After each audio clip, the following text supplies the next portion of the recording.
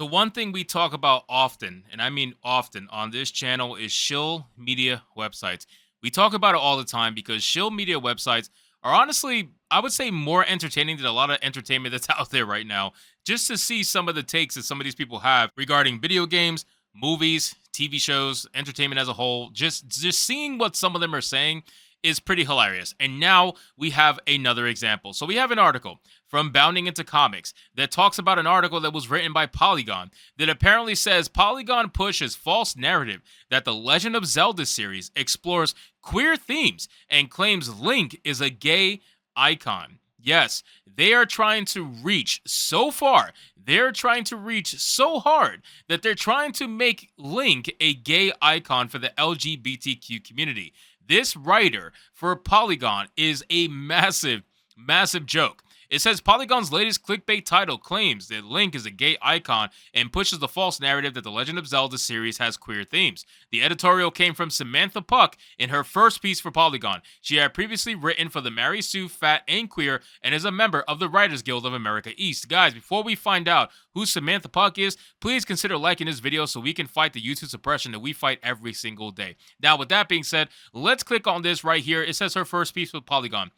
This is the first thing that she's ever written for Polygon. This is how she wanted to come out the gate swinging. The title literally says Link is a gay icon and Zelda fans know it. The Legend of Zelda's queer themes are more than just subtext. This woman is insane. Samantha Puck is crazy. Obviously, she doesn't have any profile picture because she just started with Polygon. She joined on March 20th of 2023. This is her first and only article that she's ever written, and she previously wrote for people like Fat and Queer and Mary Sue, which are all hardcore progressive LGBTQ crazy websites, and now she's writing for Polygon.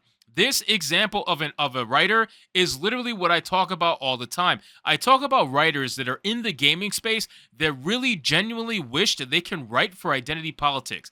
I don't know if she was fired from Fat and Queer. I don't know if she was fired from Mary Sue. I don't know if she just joined Polygon for more money. But ultimately, these people want to be writing about identity politics or politics in general. They don't want to be writing about gaming. But she joined this particular gaming space because the money was there, and they're going to be all good for her writing her bullshit identity politics. But of course, they have to tie it in to something gaming related. So the only way they can do that is by making up crazy articles like this saying Link is a gay icon and Zelda fans know it. Now, the crazy thing is, her reasoning for why Zelda is a gay icon is obscene, and it's all based on fan reach. It has nothing to do with what the actual developers have ever said about Link being a gay icon. But we're going to get into it. It says The Legend of Zelda's beloved and iconic protagonist Link is tagged in more than 17,000 pieces of fan fiction on Archive of Our Own. Among those stories, more than 300 are tagged with trans Link, and nearly 2,000 feature Link in a romantic relationship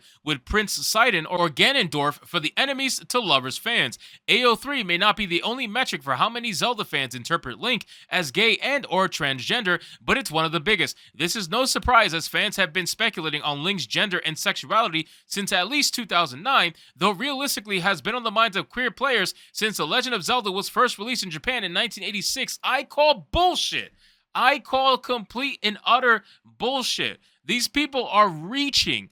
They're trying to look for something that's not there and claim that it was always there. They did the same exact thing with Velma when Velma was claimed to be LGBTQ when her entire history showcases her as straight and loving guys, only up until the latest two iterations of her, one of which she actually had a girlfriend and the other one she didn't actually officially have a girlfriend, but that's besides the point. She was not made gay up until the most recent iterations of her because now we are in an overly progressive LGBTQ supporting political spectrum. So now it's expected to do so to check off some boxes. So of course, they're going to make Velma gay now versus before. But she wasn't supposed to initially be gay. This is the same thing that's happening with people looking at Link as being gay. Link is not gay. Link is not a gay icon. Link doesn't go anywhere near that gay shit. But of course, they want to say that he is. Why? Reasons? They're just making making shit up at this point. It says Nintendo has denied rumors that Link is queer. In a 2015 interview with Kotaku, Zelda producer Eiji said Link is not gay,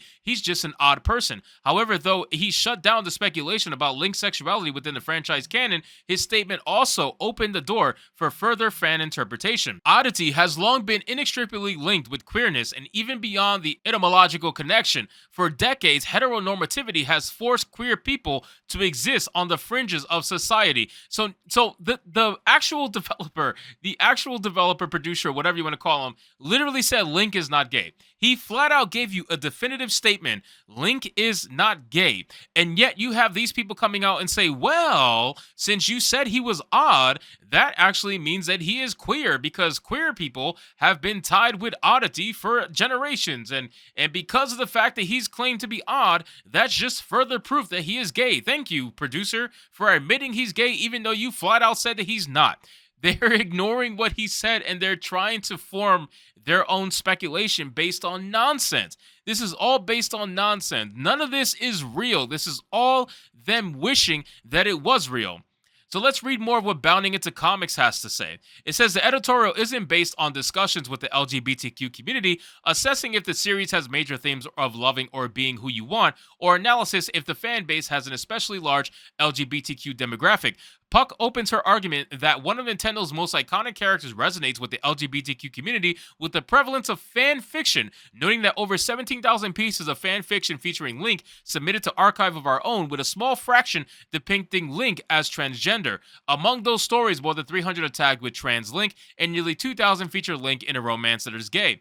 Respectively, these would account for 1.76 and 11.76 of Legend of Zelda Archive of Our Own fan fiction. Puck continues, emphasizing fans have supposedly been speculating on Link's gender and sexuality since at least 2009, highlighting a similar 2009 editorial from fan website Zelda Dungeon. This will be 20 years after the Legend of Zelda series started in Japan, 1989, and 1 year later in the US. She then cites a 2015 Kotaku interview with series producer Eiji, who states Link is not gay, he's just an odd person, which we went over. Interestingly, the interview referenced by Puck has Anuma talking about Tingle and not Link. The series protagonist is not even mentioned in Kotaku's article, a fairly relevant detail that escaped the attention of Puck and Polygon's editors. But again, they're not looking for necessarily detail. They're looking for whatever is going to push the narrative that they want to push. So if they're trying to showcase Link being LGBTQ, that's what they're going to look for. That's what they're going to push. And they're going to find whatever information that even slightly helps them in their favor. But as you guys can tell over what was shown in the two articles, she's completely full of it. Puck is completely full of it, and she came out the gate swinging for Polygon, with her first article being completely swallowed within identity politics, and she is going to be a great show media writer for Polygon. So congratulations, Polygon. You got exactly what you wanted when you hired Samantha Puck. So anyway, guys, thank you so much for watching this video. I hope you did enjoy it, and if you did, consider leaving me a subscribe. I would greatly appreciate it. Don't forget to like the video, comment, let me know what you thought, and I'll see you guys on the next one. Hypnotic out.